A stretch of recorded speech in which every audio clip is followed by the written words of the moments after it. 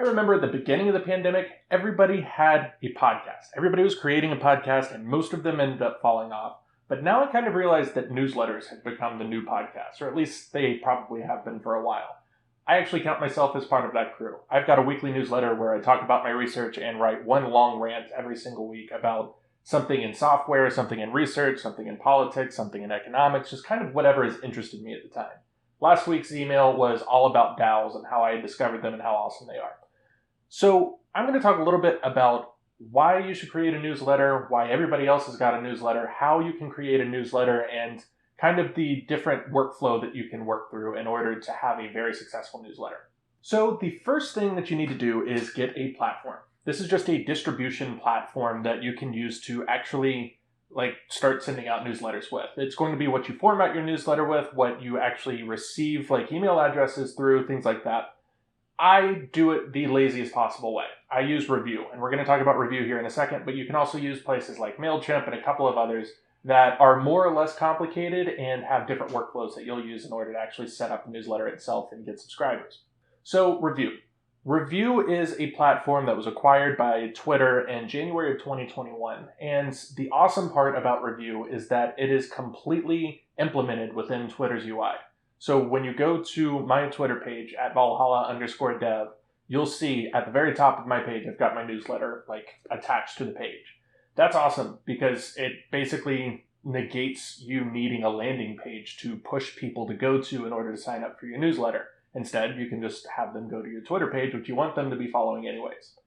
So with Review, all you really have to do is have a Twitter page, and that's really it. I'm pretty sure basically everybody can have a newsletter attached to their Twitter page.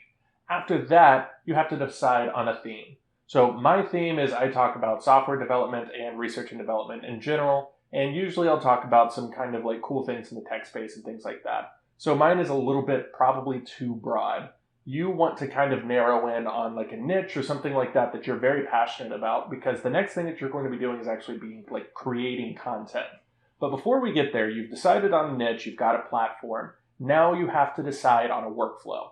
So everybody's workflow is going to be completely different. I use Obsidian to kind of start pulling together notes and resources and plan out my newsletter every single week. I've got a template that you can use to actually kind of just plan everything out, with your newsletter. I've got mine just kind of set up, essentially purpose built for my newsletter. You might just use Notepad. It doesn't really matter. The workflow is much more geared towards the content creator than it is towards the audience. It is basically a way of figuring out what is the most efficient way that I can create this newsletter humanly possible. So after you've got the platform, the theme, the workflow, you have to actually do the work. Now you have to actually start releasing content, and you've got to write up your first newsletter and send it out.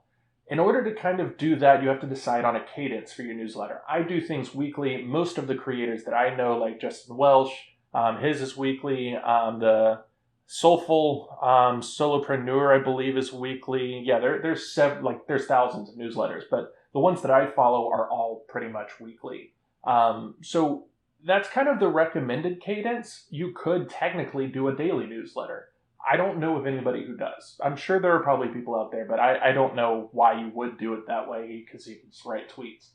Anyway, so you've created a cadence, you've got your platform, you've got your niche. Now you have to, like I said, just do it. You have to actually start releasing. You have to release your first newsletter, and just trust me when I tell you it's going to suck. Mine sucked. Mine still do suck. But you have to start putting them out, because if you basically wait until you're the perfect writer, you're never going to actually release a newsletter.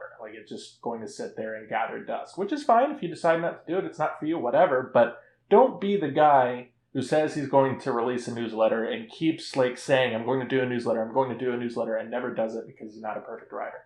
You're just not going to ever get there. So just go ahead and send out your first one. Look at the engagement rate of it. See if you get any new subscribers. I've got 12 on mine, I think. So it's not like you have to build this huge audience. But start, send it out to nobody, advertise it everywhere you possibly can without spamming, and just keep going. Just send it out and don't worry about how it does for a little while. Don't even look at your analytics. In fact, I think Review, they don't even give you some of the analytics until you reach a certain following or send out enough newsletters. So just don't worry about it. Just send it out, make it another part of your content creation platform, and eventually those subscribers will roll up. So why create a newsletter? Well, Twitter is cool because, you can pretty much say anything. The problem with Twitter, though, is everybody's saying everything. So it all just kind of gets jumbled up into like this massive mess of content. And most of it's kind of low quality anyways. Like Twitter's just full of nonsense. Your newsletter is supposed to be a collection of formatted thoughts that instead of just going into this wilderness of nonsense, you're sending it straight to somebody's email inbox. Now, if you're anything like me, your email inbox might be a chaotic mess too, but it's not near as bad as Twitter. So you've got to think, okay, I can just throw out random stupid garbage on Twitter all the time. That's pretty much what my whole Twitter timeline is anyways. So you can just throw out random nonsense on Twitter and not really worry about its success or how many people like it. With your newsletter, though, you want it to be something that is more refined, a little bit better. Like I said, don't be a perfectionist and wait until you've got the perfect newsletter that's perfectly formatted. But at least put some work into it. Don't make it just a collection of your tweets through the week, because I could just go to your Twitter page for that. So since this is a more refined version of your content, it sells better, honestly. When people open your email, they read through your email every single week, they're going to trust the things that they're reading from you because they've built more of a relationship with you than they have over Twitter or some other kind of social media, because you're delivering that content straight to them. So whenever you send them a newsletter that has a discount code to this new product you've released or this new app that you've built, they're going to see that and trust it a little bit more than they would if they just saw some random link on Twitter. This trust can actually make you a lot of money. Like, a lot of people are using their newsletters to build traffic and to send people to their new products and services because it works. People trust it. They've built up a relationship over time by reading weeks and weeks and weeks of this newsletter. And then all of a sudden you send them something. It's not just a newsletter that just has a link in it to say, hey, buy now. But it is a newsletter that says, hey, since you've been following me for weeks, here's this new cool thing that I've built and you might be interested in it. And it might fit the niche in your newsletter as well. So that's why tons of people use newsletters. It pulls content, or it pulls traffic to your content a lot better than just normal social media does. That's why I built mine as kind of a repository for all of my research and then some long form content about something I'm passionate about. Eventually, when I actually have something to sell, the newsletter is going to be a really great opportunity to say, hey, since we've built up this relationship, here's this cool product, or here's this cool service, or here's this cool app that I've built that I think you would be interested in. And then you send it out to them. And it may work, it may not, but it's got a much better likelihood statistically to work through a newsletter than it is through Twitter. So that is about it. Like I said, I've got a weekly newsletter. If you go to my Twitter at Valhalla Dev, Valhalla_dev, then you can sign up for my newsletter, get a little bit more information, and get the links to these videos sent straight to your inbox every single week. As soon as I have something cooler to show you, then I'll send it through my newsletter as well. Take it easy. Peace.